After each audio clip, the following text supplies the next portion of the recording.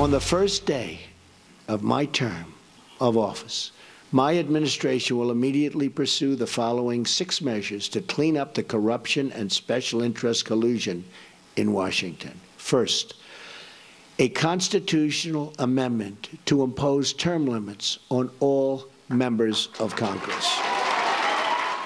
Well, Donald Trump laying out his plan for his first 100 days in office by proposing term limits for Congress, one of the many things that he had on his docket. How will that affect the people on Wall Street and so many other things that he mentioned? Trump campaign, national finance. Actually, he's the co-chairman of the Finance Committee with the Trump campaign and co-host of Wall Street Week on FBN and author of this brand new book. It is out today, Hopping Over the Rabbit Hole. And we'll talk about that in a second, how entrepreneurs turn failure into success. Anthony Scaramucci, welcome back. Hey, Brian, Anthony, great to be here. Thanks. First off, why is it important? Why should people care about term limits for Congress? Well, you know, I think the problem is that you have this culture down there where they last for 20 or 30 years. They get embedded in the system, and they all come out of it rich. You know, they're making $150,000, $180,000 a year, Brian, but they all leave as millionaires. And so Mr. Trump is basically saying we have to clean that system up.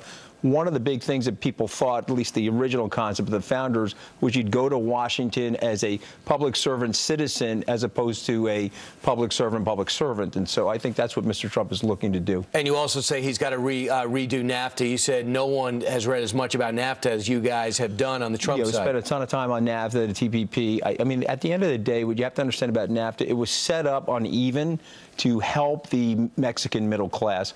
It had the deleterious side effect of hurting the United States. We thought we could handle that because our economy was expanding. It's still the largest economy. But at the end of the day, it never got reviewed. You could review NAFTA and renew it every 2 years. It's 24 years, Brian. It's never happened. And so Mr. Trump is basically saying that has to happen. And it should happen all the way. It should be constantly, whether it's the Trump campaign or future campaigns. No question. All right, so tell me about hopping over the rabbit hole. Tell me what entrepreneurs aren't doing. Well, listen, I tried to write a real book about what really happens to entrepreneurs, the pain, the anxiety, the self-consciousness. Our business, Skybridge Capital, almost went out of business in 2008. What is Skybridge? So Skybridge is a $13.5 billion hedge fund asset management company and mutual fund business. In 2008, we were on our knees. I was making a joke calling it No Bridge, Brian, or the bridge to nowhere.